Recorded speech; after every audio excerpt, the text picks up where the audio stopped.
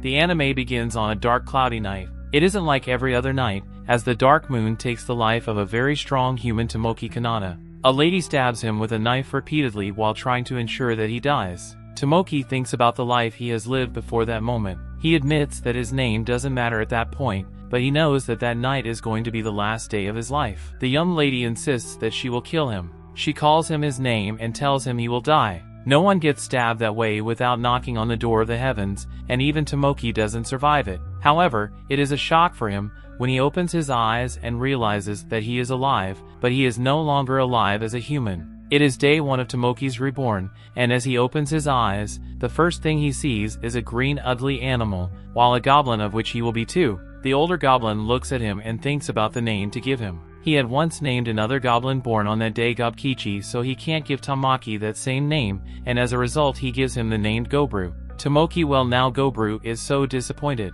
Why will the man give him such a low-effort name? He can't even move his body or legs, but all he knows is that he is still alive at the moment, and if it is a second chance at life he will gladly accept it. He closes his eyes again and he wakes up the following day, which is his second day of Reborn. He looks around him and sees several green, ugly-looking kids. I wonder why he condemned them without realizing that he looks just like them. When he looks at his hands, he confirms his suspicions that he is just like them. Does he mean he has been reborn as a goblin? That reality causes him nothing more than tears. He screams because he is weak and helpless in that state that he is. Eventually his tears dry up. Third day he wakes up stronger. He can now walk and he confirms that goblins really grew up early. The elder goblin returns and gives them a meal, then tells them that will be the last meal he will be offering to them, and from the next day they need to track down their meals themselves. To take the elevated off the outside, Gobru walks out of the cave and sees the sun. To be honest, it is really a pleasure to be alive. Although he may not have the type of life he wanted and the kind of life he lived before,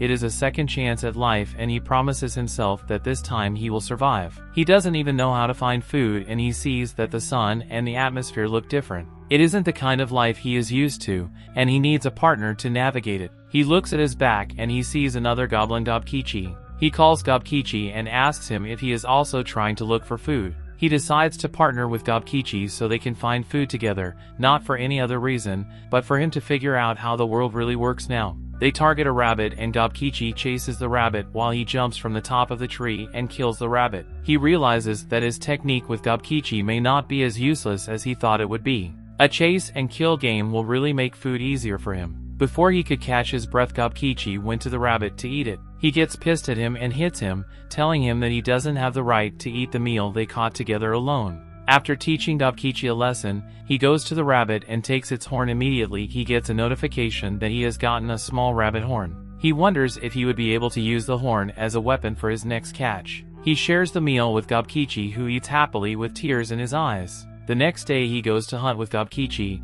After Gobkichi had chased the rabbit, he jumped from the tree and stabbed the rabbit with the horn he had taken the day before. That works really great for him as the rabbit died at the first attack. He further takes the horn of the rabbit and he gets another notification that he has gotten a medium horn. He shares the meal with Gobkichi, and while watching him eat, he gets a notification that he has gotten the skill named Escape. He connects that to his first life, realizing that just as in his first life, he has the magic skill called Absorption. With Absorption, he could eat anything and he wouldn't get hurt. Instead, he would get all the skills and powers that the animal he has eaten. He is glad because it will be better to use the skills here. After all, several monsters are lurking around and he can actually get points and skills from them. He returns to his cave with Gobkichi to talk about the rabbit horn they had gotten that day, and they eats. One of their fellow goblin, Gobmi, a female goblin, comes to meet them, shocked that they are haunted the horn rabbit. She tells Gobru that he is awesome and the last she heard about rabbit horns. It is impossible for them to haunt the horn rabbit because they may get injured. She tells him he is extraordinary and Gobkichi gets jealous and asks if she thinks he is the same,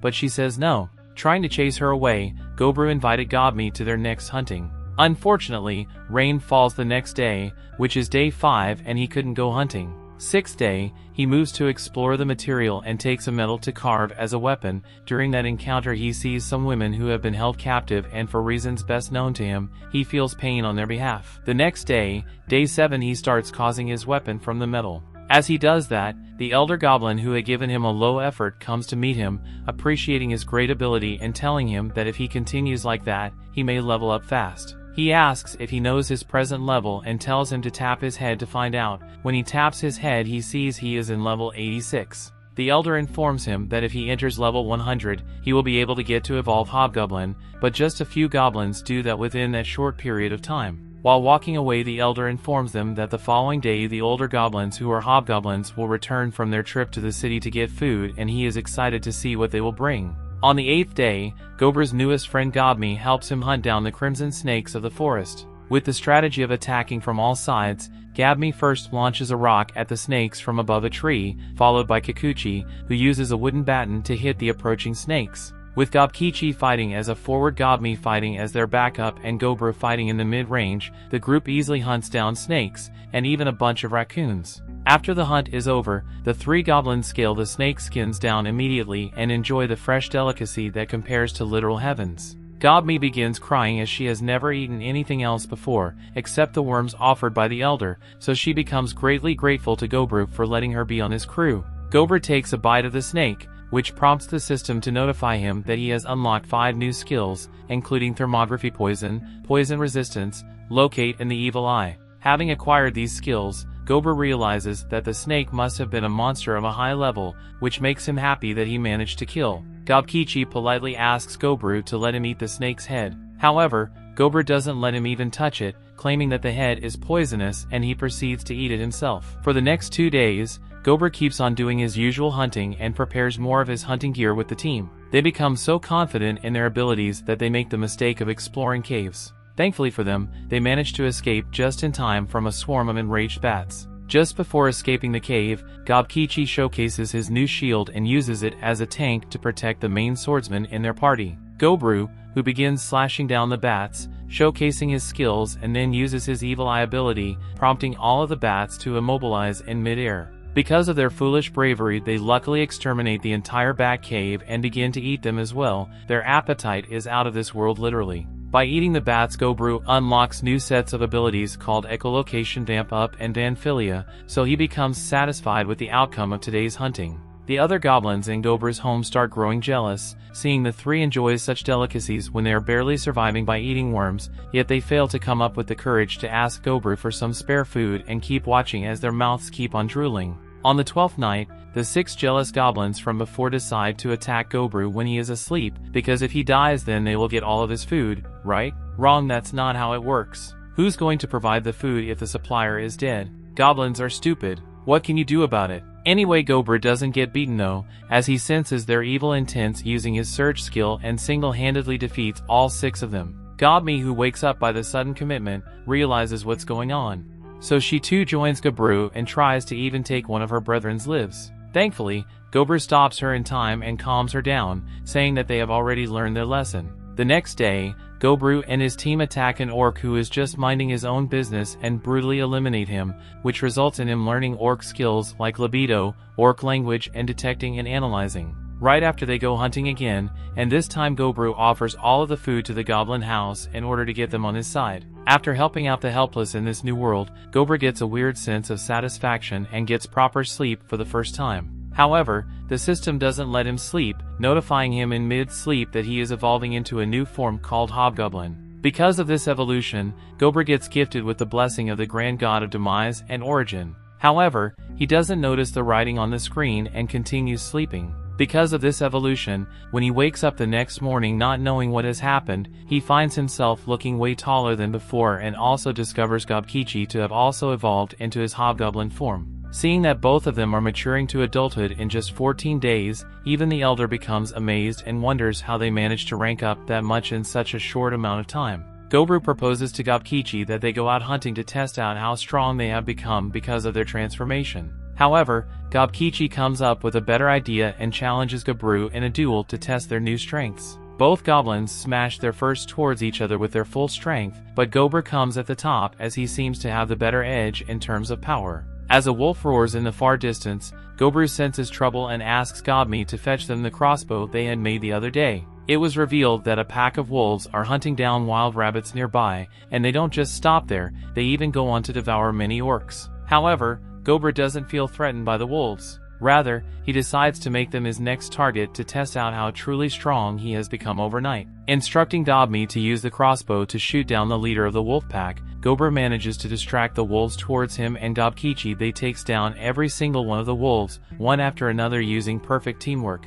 After a few minutes, the two brothers manage to take down all of the wolves without getting a scratch. The leader of the wolf pack gets up with the undying resolve to take down the guy who has killed all of his brethren, but because it is not a main character, it fails to stand a chance against Gobre, who devours it and once again attains a bunch of skills, including military leadership. Afterward, Gobre brings all of the dead wolves back to the den, where he strictly instructs the other goblins to hunt the same amount of monsters that he has been single-handedly killing in a day to make sure they don't keep on freeloading. But because neither of them possesses any hunting skills, they beg Gobre to teach them how to fight like him. After a bit of begging, Gobre decides to teach everyone how to hunt and make weapons, gaining all of their support and instantly becoming all of the goblins' leaders. In a few days of undergoing basic training, all of the goblins became moderately trained, but most importantly Goblin evolves into a fine-looking lady, ready to be cooked by the Riz Lord Gobre.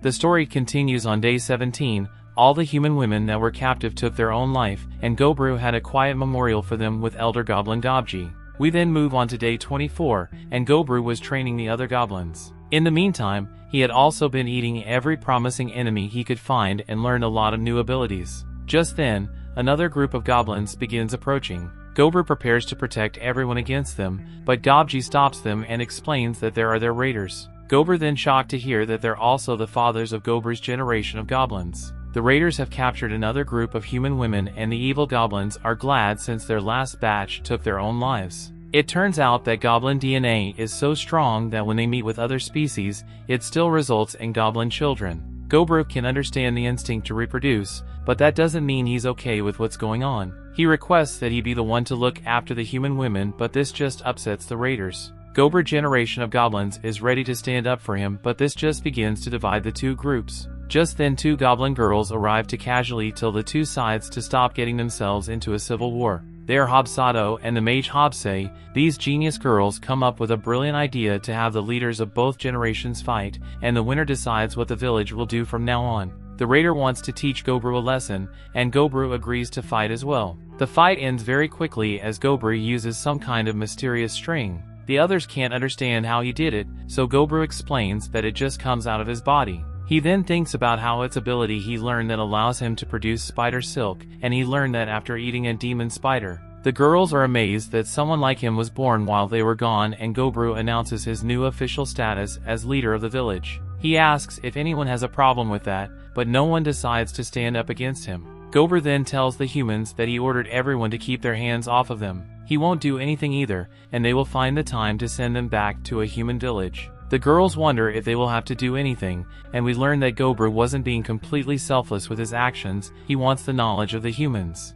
Gobre asked them some questions and learned that these girls were part of a traveling business when the goblins attacked them. All the men were slaughtered, and these 5 girls were the only survivors. On day 28, Gobre is surprised to see that the girls seemed happy. He realizes that they haven't gotten over everything, they're just having a positive attitude since it will make things easier. Gobre cooked for them, hoping that it would help. Among the girls were 2 sisters that are cooks as well as tailors. The one with glasses is an alchemist, and the absent-minded girls an appraiser and a smith. As for the redhead, she is a rookie warrior, so he decides to have her join their training later. Gobre then trained everyone hard and insulted them when they got tired. For the next few days he focused on group exercises instead of hunting, and he beat into them the new rules he set for the group. Day 31 was rainy, so Gobre and Dobkichi did some really intense sparring as everyone watched in amazement. That night, Gobre sensed that a group of goblins were about to break his rule regarding the human women. Gobre sliced right through one of the goblins and restrained the others. He reminds them of the rules he set and punishes one of them for talking back to him. Gobre apologizes to the women, and the redhead cries in his arms. The other goblins arrive, so Gobre orders Dobkichi to take the restrained goblins outside. He also has Goblin gather the other goblins so they can watch what he's about to do. Outside, Gobre sends a message to the others by using these guys as an example. He beats them relentlessly and makes sure that everyone really understands their village rules. Everyone gets the message loud and clear, so Gobre dismisses them. Gobre stopped just short of ending their lives, which meant that Hobkin, who got the worst of the punishment, passed away the next morning. On day 32, Gober's team uses their amazing teamwork once again to take down a tri-horned horse. It was pretty tough, but there's just meant that he also received a ton of new abilities. Tri-burst is one of them, and it amazingly allows him to deal 3 blows with just 1 strike. That night, the redhead goes to sleep in Gober's bed and he realizes that the incident from the night before must have traumatized her. Gober comforts her and allows her to spend the night with him. However,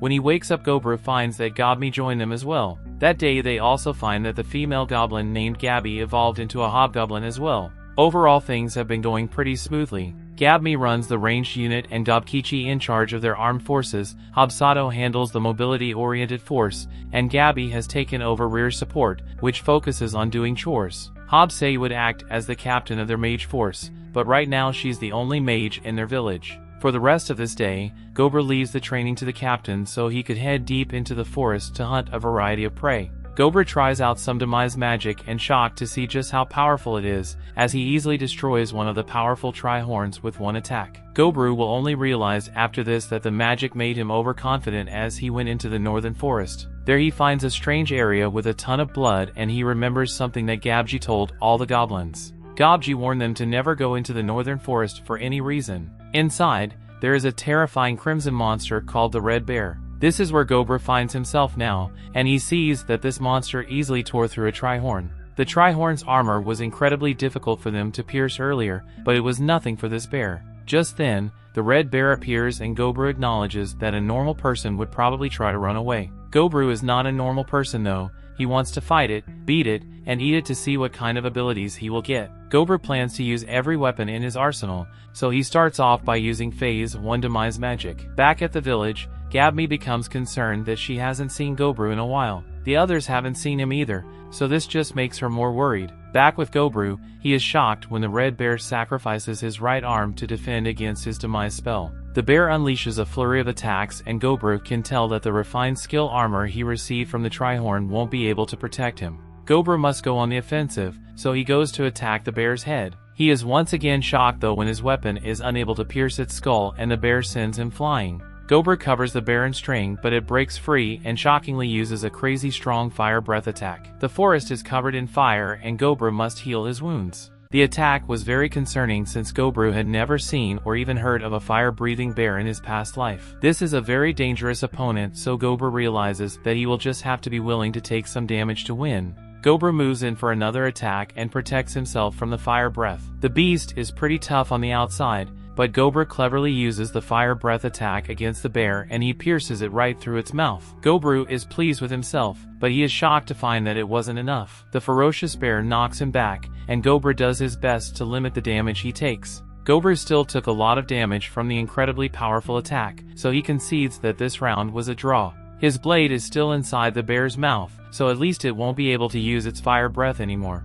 This crazy strong bear still shows no sign of collapsing, but Gober is just 1 attack away from losing his life. Gober had a huge disadvantage, but this guy is crazy as he proclaims that it would just make his meal taste even better. Gober goes in for more fighting and manages to deal some damage. It's not enough, so he tells the bear that he wants to eat him already and he moves in for another attack, but we see that he loses an arm. On day 34, Gober has finally won the crazy battle, but he barely survived. Gober finally gets to eat the bear, and he receives a ton of powerful traits. Among them are heavy damage and overpowering strength. Gober passes out soon after, but we once again see that he has exceeded his level values and met all conditions. This now allows him to evolve into a rare ogre species. His conscience is fading away, so Gober simply selects yes without reading. On day 35, Gober continues to eat the bear and gains even more incredibly powerful traits. He reaches for his knife, which seems much smaller than before, and Gober is shocked to realize that he has become an ogre. Gober returns to the village,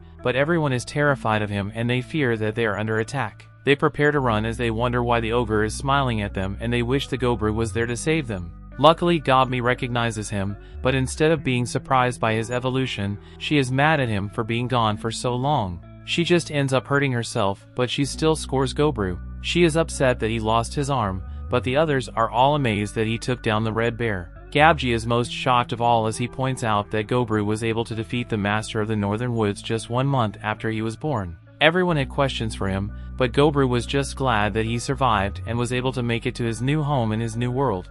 The story continues. We see everyone is still amazed by Gobra's evolution as he has gotten much bigger and stronger looking. Gobra goes to check on the human women, but he is followed closely by Gourmet and the redhead for some reason. As expected, the humans are terrified of him, but he manages to calm them down by explaining that it's him. Gourmet though seems upset about something as she pinches his leg. The blacksmith is disappointed to see that he wrecked the X that she made him, but reveals that she has made her knife using a special spirit stone. Gobra praises her, but finds that the other girls have started to pinch him even harder. The twins need help with their cooking duties, so Gobru explains that he will assign a few goblins to help them out. Gobru is impressed that they have gotten used to being around goblins so quickly, so he tells them that they would make great wives. He wonders if they want to be his wives, and they call him a sly dog. Gobru is pleased by their smile, but once again the redhead and Gourmet get more upset. Gobru then finds that the alchemist has made poison. Originally it was for self-defense, but now that there is a goblin she can trust like Gobru, she has no use for it. Gobru picks her up and admires her smile as well, but he could instantly feel the murderous intent coming from the other girls. Gobru spent all his time cheering up the girls, but now his spirit is exhausted. On day 36, Gobru realized that he can no longer train with the others. He has become so powerful that regular goblins were ending up in critical condition from even his lightest punches. Even Gobkichi's armor couldn't withstand them, as Gobru heals a near-dead goblin and he wonders what's wrong with Gobkichi. Gobkichi says it's nothing as he goes to hunt, but Gobru can tell that something's wrong. Aside from that, Gobru has started to notice that Hobsato and Gourmet has started hunting together. The red-headed woman is training by herself and Gourmet is continuing her hobby of mining for spirit stones. As for Gobru, we see that he can still use his missing arm like it's slime, thanks to the fact that he had a slime before. Gobru wonders if Gobkichi will be okay, but Hobsate points out that it depends on how much effort Gobkichi puts in. The two argue as Gobru wishes Hobsate would give him back his book, and he thinks about how he was finally able to have a relaxing day. On day 37, Gourmet panics as she found some little creature in really bad shape. Gobru does his best to heal her, but she's losing too much blood, so he decides that he will have to get some blood-producing medicine from the alchemist. Luckily it works, so they explain who they are to the thing they call a carbuncle. The carbuncle introduces herself as Returner and reveals that she was attacked by humans. The gem on her head is a high-class material, so its price is set to be as high as 1 billion gold. Returner asks that they lend her their power and begs them to get rid of the humans that attacked her. Gobru is familiar with the history of the carbuncles. Their master named Velvet was a famous legendary magician and he created them to watch over his secret treasure den. Returner explains that when she was attacked, her core was broken so her lifespan was shortened. In the secret treasure room lies legendary class items the Velvet collected throughout his entire life. Returner explains that her master hates humans. He would prefer that the goblins take all the treasure, rather than the adventurer humans. They can have everything, so Gobru declares that they will go. The blacksmith girl gives him his new dagger, but he tells the frightened girls not to worry as he won't blatantly eliminate the humans. His job is just to get them to leave, but warns that he might have to use some force if they don't listen. They then go through the whole Gourmet made, as is the way to the treasure room. Gobru decides to try to persuade the humans to leave, so he tells the others to hide. He finds the adventurers who are searching for their treasure room, but they think that he is just another monster that they need to defeat. They attack him but are quickly shocked when he is able to detect the presence of their invisible assassin. Gobru explains to them that this is someone's house and what they're doing is robbery and murder. It's clear that they don't have any guilty either, so Gobru determines that they are beyond saving. The stupid humans are just shocked that an ogre can speak English so well, and Gobru says that luckily for them, he also has a good heart. They refuse to listen as they attack him instead, but Gobru just easily dodges it all and once again tells them to leave. They don't listen, so Gobru analyzes the situation. The humans have 3 in their backline. They're using a lot of high-class magic items. Unfortunately for them, it's pretty clear to Gobru that they're relying too much on level enhancement to increase their fighting strength. This doesn't do much for them since their fighting technique itself is pitiful, and Gobru is easily able to beat them up. Just then one mage celebrates as he thinks he just blew Gobru's head off. They are of course shocked though when it becomes clear that his attack just angered Gobru. He has allowed them to live up to this point, but Gobru was done being nice. The humans wet themselves as they realize that their level 3 magic spell did nothing. Gobru declares that the time for being nice is over. He signals to the others to attack and they spring into action. Gobru takes out his blade and tells the humans to regret not leading when he gave him the chance. Afterwards, Gobru revealed that they eliminated the adventurers and ate them. This gives Gourmet a bunch of their traits, including Assassin, High Wizard, and Enchanter. That isn't all though, as there were some pretty high-level adventures among them and they had some pretty good loot.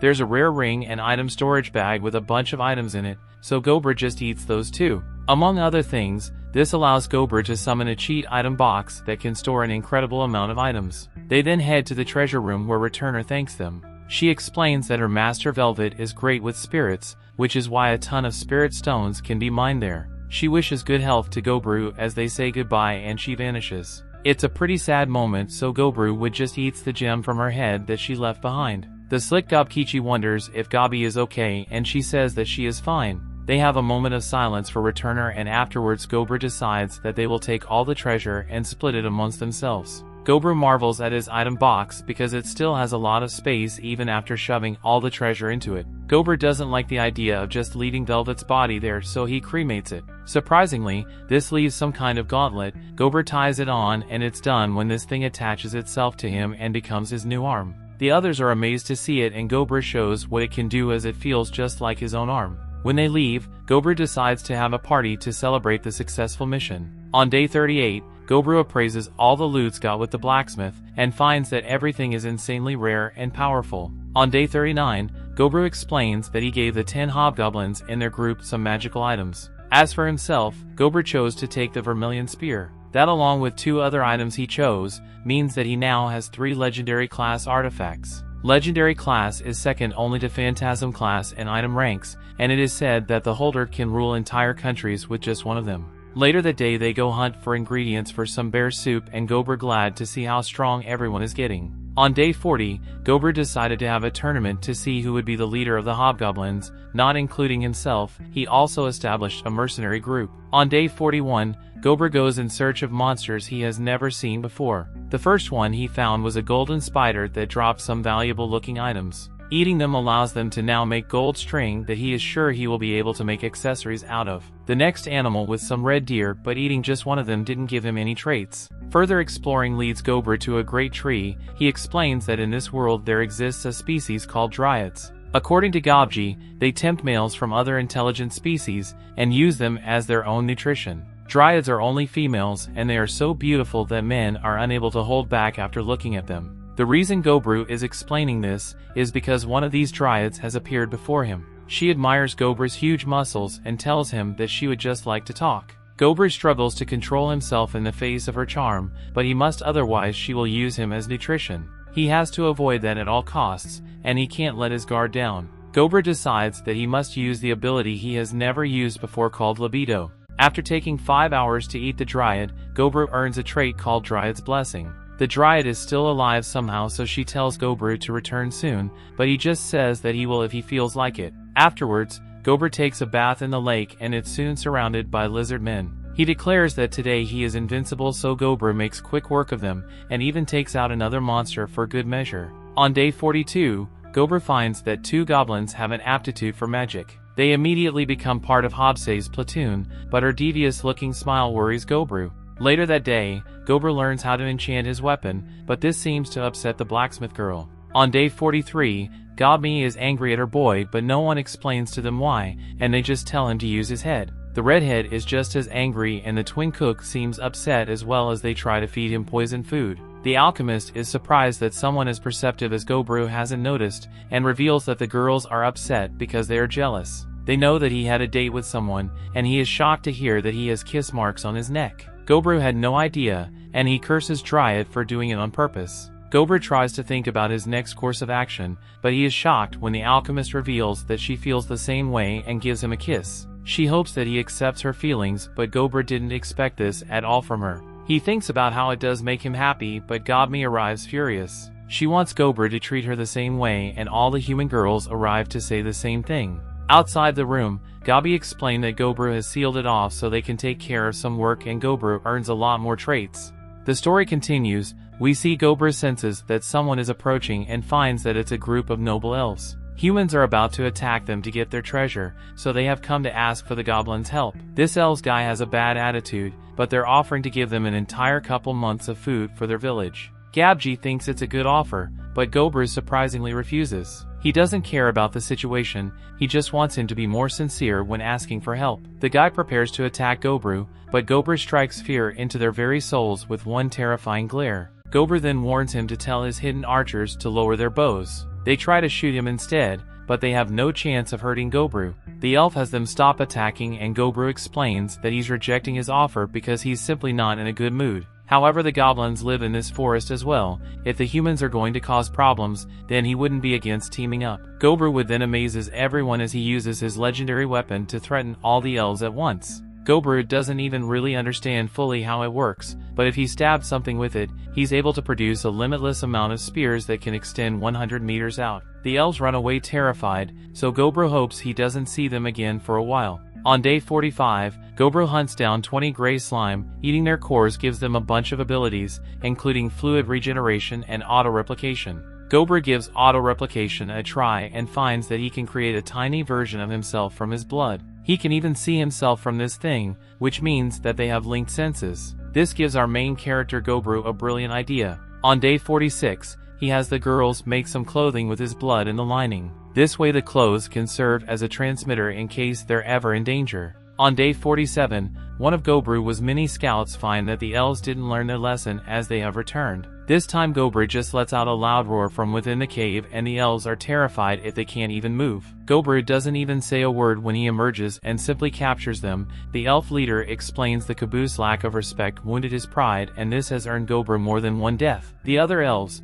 however, apologize for not being able to stop their boss. Gourmet has come to a decision, but it's a harsh one. Their boss can already be considered dead, but the rest of them will have a chance to survive. Gourmet will have them face the goblins in a mock fight, and the elves that win will live. Gourmet's choice is a fair one as he declares that if they want to survive then they will have to fight with everything they have. In the end, out of the 23 elves, 6 of them were defeated. The 6 were all men, but Gourmet admits to himself that he tweaked the fights because he doesn't like seeing women get eliminated. Gourmet then snacks on the losers and he gets a lot more abilities. Gourmet then reveals to the survivors that they are now prisoners. They thought they would be set free, but Gourmet reminds them that they still try to eliminate the goblins. Gobji thinks that the elf prisoners will be a lot of fun, but Gourmet reminds him that there are rules against touching prisoners. Gobji vows to listen to his leader, but still begs as he is desperate. Gourmet then goes to give the final punishment to the leader of the elf unit. On day 48, we see that Gobkichi reaches level 100.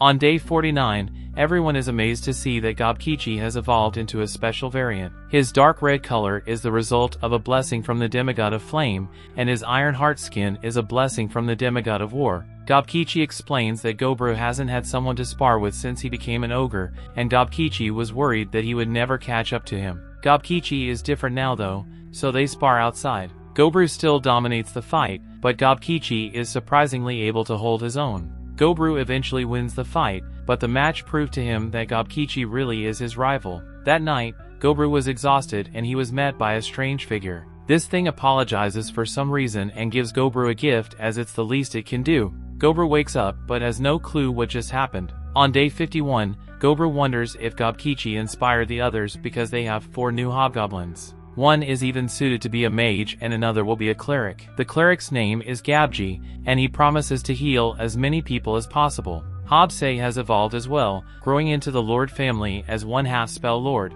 Spell lords don't usually have markings like the one on her arms, and Gourmet notices that they look like the ones on his body. Hobsei is overflowing with mana, so she wants to test her strength outside. She demonstrates her immense power with an incredible fire attack, and explains that she can do another 20 of those at least. This is pretty incredible, but what's more surprising is that she is only a half spell lord right now, and she will likely evolve into a full spell lord next time. Gourmet gives some new gear to match her evolution, and she tells the jealous Hobsato that she will catch up soon enough. Gourmet realizes the evolutions have been happening pretty frequently, and he suspects that he is the reason why. A goblin's environment during their first month of life has a major effect on the rate of growth. It's pretty great to have everyone getting stronger, but Gourmet admits that not everyone in the village is so lucky. On day 52, the older generation of goblins express their displeasure. They have been trying their best to hang in there, but they are being left behind by all the young goblins. They have decided to leave the village and they are shocked when Gourmet decides not to end their lives for betraying him.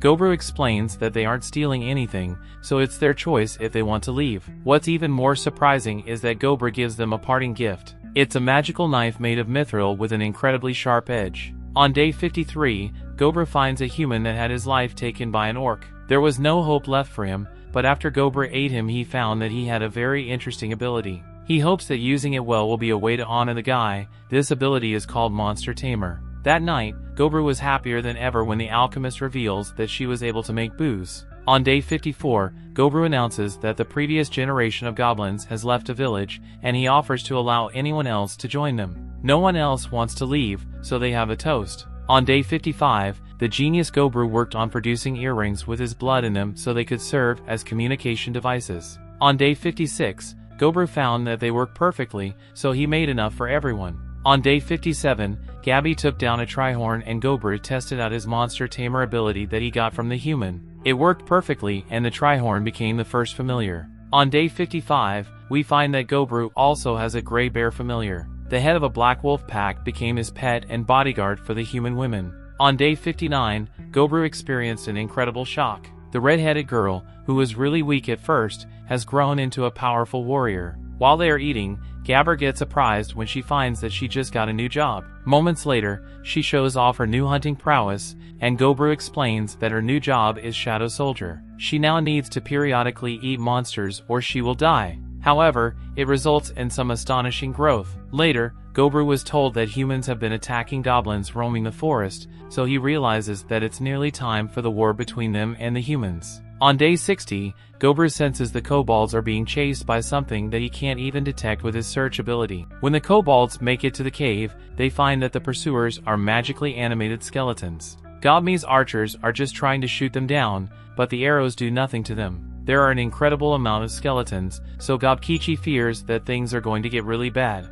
Gourmet's search ability allows him to see one large signal behind all the skeletons, which is likely the one thing creating them. The others tried to fight off the skeletons, and one of Hobsato's attacks missed. Gourmet realized something. Cutting the skeletons doesn't work, but smashing them apart is incredibly effective. Everyone puts down their weapons, and they start bashing all their opponents. There are still too many of these things, so Gourmet decides that he will have to put an end to the battle. He begins a countdown in his head as he makes his way through the skeleton army. He ends up finishing 3 seconds early, but he manages to curse the monster that was creating all the skeletons. Eating this thing gives him the ability to summon lower undead and higher equipment materialization, among other things. Afterwards, the kobolds apologize for their mistake. They accidentally dug into Velvet Treasury, which the goblins evaded earlier, and they awakened its guardian, the Greater Skeleton. In a last-ditch effort to survive, they ran to the cave that belongs to Gourmet, who has become known as the terrifying Black Ogre. These kobolds now call Gourmet their lord,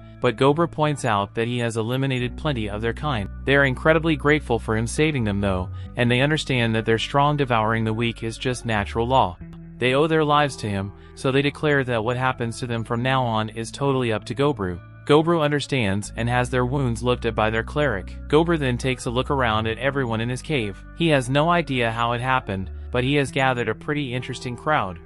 The story continues. We see on day 61 Gourmet goes hunting with Gobkichi and they catch sight of 12 armed human soldiers. They follow them and Gourmet uses his ability to eavesdrop on them. He learns that the humans are trying to kidnap the daughter of the Elvis chief. Furthermore, one of the elves tipped them off. The chief's daughter returns from a festival, so the humans begin their attack. They eliminate a bunch of her guards and capture her. Gourmet would feel bad just letting her be taken away, so he rescues the girl and takes the humans prisoner. On day 62, he learned that the human army would make their move in 20 days. Gourmet eat all 12 humans and earned a ton of abilities. When the elf girl wakes up, she is terrified of Gourmet. He notices that she has wings, which is uncommon for elves. Gourmet tries to calm her down, but she freaks out as she assumes that he's going to do terrible things to her. She eventually relaxes a bit after drinking some calming tea, but she gets upset when Gourmet reveals that he couldn't save her guards. She blames him for just watching them get attacked, but he explains that the human-elf war is none of his business. He reveals that there is a traitor among the elves,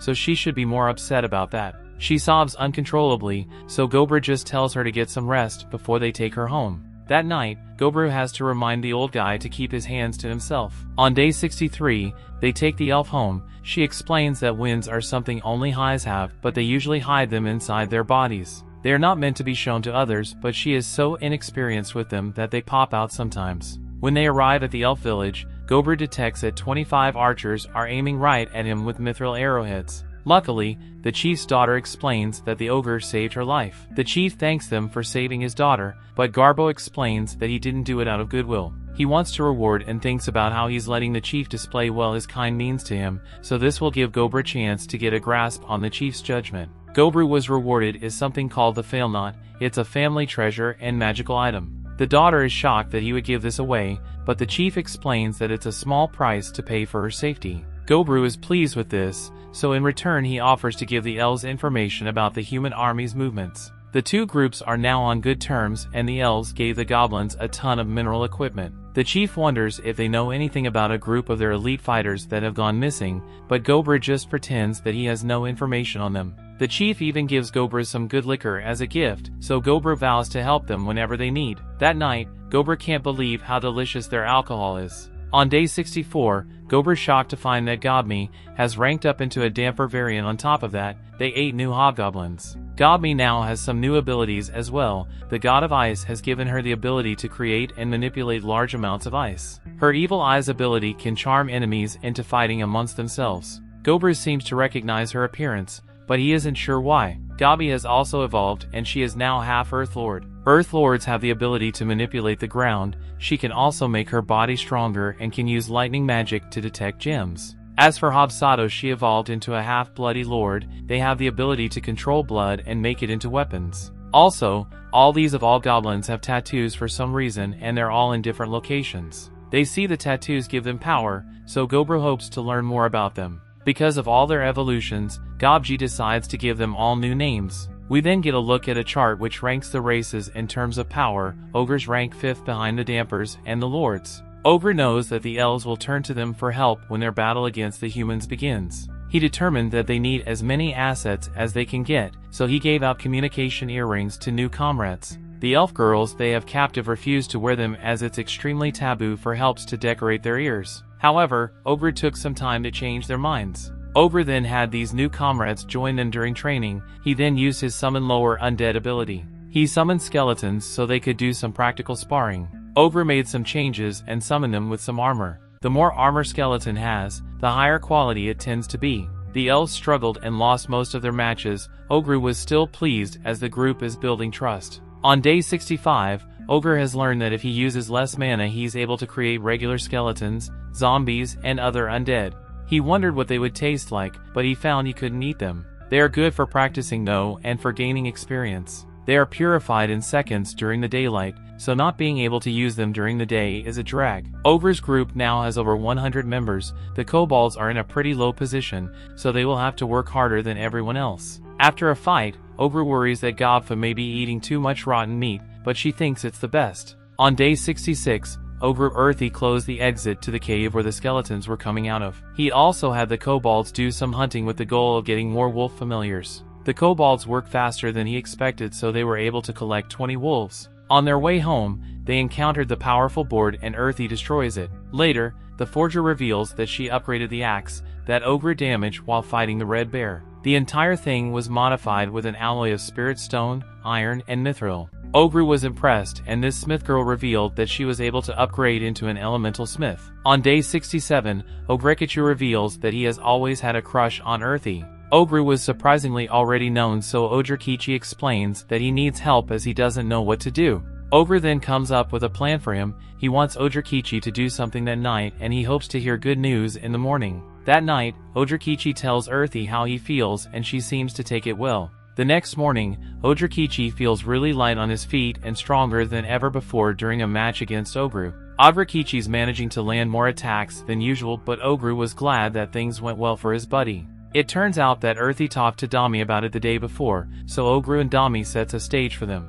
Ogrekichi has been so strong and full of energy that Ogre had to replace himself with the black skeleton in their sparring match. After training Ogre's usual group when hunting, they found a lot of insect monsters that he has never seen before, so Ogre gained even more abilities. The most interesting of them was called Exoskeleton. Ogre used it and was shocked to find that he had become like one of those transforming superheroes. This new exoskeleton is extremely durable. It has the ability to repair itself and disperse impacts. It's a little too flashy for Ogre's liking, but Dami thinks it looks cool. Ogre tries to change back to his old clothes, but he just ends up being in his birthday suit. It turns out that his normal clothes were used to create the exoskeleton. It's a shame as he really liked his outfit since it was made from the red bear's pelt. Ogre then finds that this exoskeleton ability is even more amazing as it allows them to register 5 forms. One form used the red bear so he can register 4 others. Ogre gave it some thought and decided that he wants forms for aerial sea battles, so to start he registers 1 form from the insects so he could sprout wings and fly. It's pretty difficult to control though, so he would need some practice. It's raining pretty hard on day 69, so the redhead wants Ogre to spar with her. She has been making steady progress, so she has been asking for more training lately. Ogre then thinks about how she used to seem like a puppy before, but now she seems more like a grown Doberman. As for the Smith girl, she has been meeting with elves regularly so they can bring some ideas for new weapons. She is working on developing a repeating crossbow, but tests have gone so well that Ogre has asked her to move on to manufacturing them. Ogre then gave her some more materials and the hopes that she could make a new weapon for him. The chef sisters have also received a new title called head chef. Ogre had them try and recreate dishes from his past life like potato chips. After that, Ogre had a meeting with the alchemist about manufacturing magical items. She reveals an item she created from the black skeleton bones. It's a bone nail that has the ability to freeze whoever struck with it in place. The other girls catch Ogre hugging the alchemist, but he doesn't elaborate on what happens next. On day 70, some elves arrive on behalf of the chief elf. These elves passed by their old comrades on the way in, but Ogre's earrings had a disguise effect that made them appear to be dark elves. The elf kid reveals that the humans are making their move. The elves won't be able to handle them on their own, so they need Ogre's assistance. Price is of no concern to them as the chief just wants the enemy eliminated completely. However, their contract will be considered void if Ogre retreats. Ogre accepts the job, but explains that they will do it in his terms. Ogre instructs the kid to give the elf chief a bracelet so they can communicate information as a crucial weapon, and Ogre already has his blood minis covering the woods. Ogre gathers everyone and declares that it's time to put everything they have been working on to use. Starting on this day, they will become a mercenary company. They are now a professional force of fighters, and everyone likes the idea. Ogre decides that they will be called the Parabellum Mercenary Company. He tells everyone to prepare for battle as it's time for their first job, and they all start chanting Parabellum. The story continues. On day 71, Ogre's Parabellum Company does their first job. They have a total of 36 members, and with Spellsay's sorcery their familiars can join them for a total number of 73. They deployed early in the morning based on information gathered by one of Ogre's minis. A barrier surrounds the human army base, but Ogre uses an attribute on a silver arm to destroy it. Once the barrier is down, Earthy uses her earth-controlling ability to close off any escape routes for the humans. Dami and Spellsay then take point on a coordinated magical barrage. Ogre summons a horde of skeletons and follows up with some spears for good measure. However, he's impressed to find that all this isn't enough to eliminate the humans. Some Lady Knight is leading the defense, so Ogre introduces himself with a roar. The humans can tell that the Black Ogre is controlling the undead, so the Lady Knight declares that they will strike him down together. The human mage starts the attack, and Ogre is impressed when the Lady Knight buffs her speed. He commands her ability to assess the situation and compliments the mine as she covers herself in. Even her strategy to gouge his heart out is a good one. However, it's not good enough as Ogre just pushes her back. Ogre then announces that he likes what he is seeing, so they all get to live as his prisoners. The Lady Knight refuses to listen, and she just wants to end his life. Ogre compliments her, but she says that if he wants her as his prisoner, then he will have to demonstrate his strength. If she is defeated, then he can do as he wishes. Ogre tells his group to eliminate everyone except for the Lady Knight, the sorcerer, the priestess, and the flaming swordswoman. They are to be taken alive, but the rest can be eliminated and eaten. Ogre then explains to us what happened next was a one-sided slaughter. Dami, charmed evil-eyed, caused a bunch of human soldiers to fight each other over her, and Ogre Kichi overpowered others. Blood Sato used her ability to turn blood into weapons, and Earthy followed up with her ability. Ultimately, they were able to defeat the enemy without a single loss. However, the Lady Knight did manage to reach Ogre just once. Her attack is hardly doing any damage to him, but just reaching him was impressive enough. Just then, the human mage prepares an attack and begs for the Lady Knight to get away. Spellsay can tell that the Major's attack is a 5th level spell and she fears that Oguro might not be able to withstand it. What makes it even worse is that the Lady Knight is sacrificing herself to make sure the Oguro is hit by the magic attack. The human mage apologizes as he can't hold back any longer and he releases it. However, Oguro declares that he has won as he does not intend on letting the Lady Knight die. The Lady Knight then watches in amazement as Oguro skillfully creates a magical shield. Spellsay is also all Oguro as this shield required him to combine 3rd level demise magic, a vacuum shield from his silver arm, and a few other abilities. Oguro had to use quite a bit, but he managed to stop the dragon spell attack. It's a complete victory for Oguro's group, and he declares that taking so many powerful fighters prisoner is a big deal. Oguro has a feast and gains an insane amount of abilities. Afterwards, the elves celebrate the victory. Oguro goes to see the new prisoners, but they're not doing so well. On day 72, Oguro explains that with his earrings in place, the humans couldn't lie or hide things anymore, so they obtained a lot of information. The elder elf requested this information and offered to pay in alcohol, so of course Oguro accepted. Using the item Oguro sent him, Oguro was able to pass on the information he received from the prisoners. This included the hidden routes that humans were using to ambush them next. The humans are planning to use their immense numbers to suppress the elves from different directions. Using this knowledge, Oguro's group went around the routes, laid out some traps, and waited in a trench. The human troops are led by fully armored knights and there are about 500 of them. On top of that, there are also 100 wizards. Oguro explains that it would be a long hard battle if the elves fought them head on. However, for Oguro and his group, this was pretty much just target practice. Oguro commenced the attack, so his company closed off escape routes and used boulders to drop their numbers. They went from 500 knights to 300 in an instant. Pit traps and arrows dwindled this number down till there were less than 100 knights left. Oguro is then impressed when the commanding knight tells his troops to build a wall with anything they can find. This caused the fight to be at a stalemate, so Oguro sent Ogurekichi to fight their commander.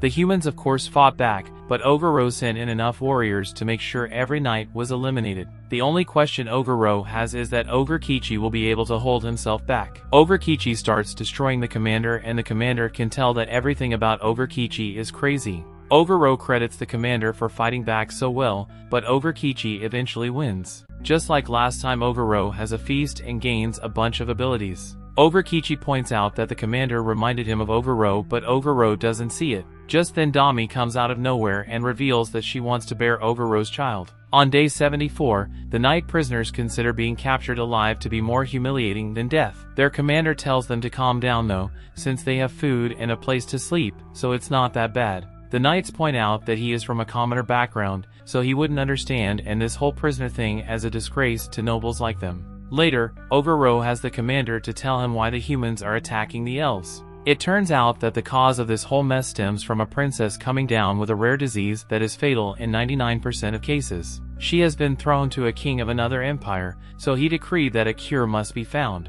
The humans then found out about the elves' secret medicine made with the blessing of the demigod of the forests. The start of this war all boils down to human greed. Later, Earthy is shocked when something happens during a mining session. Everyone wonders if they have come under attack, but it turns out that the water just created a hot spring. Oguro excitedly tells everyone that it boosts their healing ability and clears any status ailments. Aside from that, it's also great for the skin. Everyone that enjoys all the benefits of their new bath, and Oguro credits Earthy for digging it up. On day 75, Oguro had some concerns, so he thought of a new training strategy using the human prisoners. The idea, as have others work on their leadership skills by running a simulated battle with real soldiers. They gave orders to their appropriately outfitted soldiers, and they win if they are able to beat the leader of the opposing group. Oguro himself stands on the sideline and acts as a judge. Examples are Spellsay, issuing orders to defensive troops, and Dami ordering archers. Dami and Spellsay are looking pretty strong leadership-wise, but Ogurekichi and Bloodsato couldn't get any wins. The humans watching and can't even understand what's going on, as it doesn't make sense how goblins are practicing military maneuvers.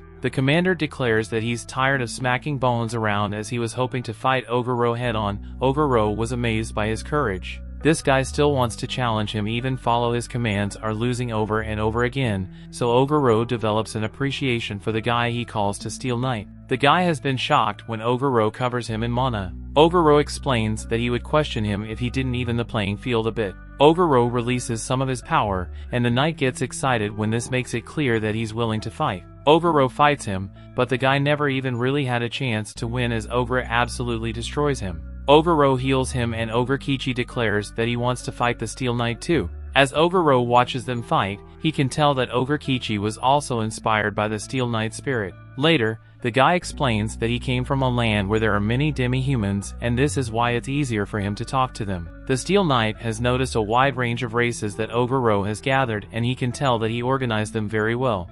He even begins to wonder if Gore was sent by divine intervention. The guy then quits being a knight and declares that he wants to fight for Gore. Gore accepts, which no longer makes him a prisoner, and he decides to make good use of his talent. Gore makes the redhead his apprentice and then shuts him to teach her unique human combat skills. Later, the elf elder agrees to take the wounded humans off their hands. Gore would like to know about the secret medicine that humans are after, and the elder reveals that it's actually the medicine he gave Gore before. The medicine is apparently a pretty big deal, and it can cure just about any illness. Gore can't believe that the old elf gave him something so precious, but the elder explains that their laws only forbid them from sharing it with humans, not the ogre who saved his daughter. Gore takes some medicine for the first time, and it gives him a strange feeling. It also results in him receiving a ton of strange healing-related abilities. Gore gives one of the injured humans a drop of his blood, and the guy is shocked as he reveals that not only were his injuries healed, his back pain is gone too. Gore is stunned as well, as he just now realizes that all this ability painting stuff is starting to get really crazy. He just completely healed this guy with one drop of blood, so he wonders what would happen with more. This kind of ability is on a whole another level, so Gore wonders if he has powered up into some seriously crazy territory. That brings the episode to an end. Thanks for watching. Want next part? Subscribe the channel and turn on notification bell.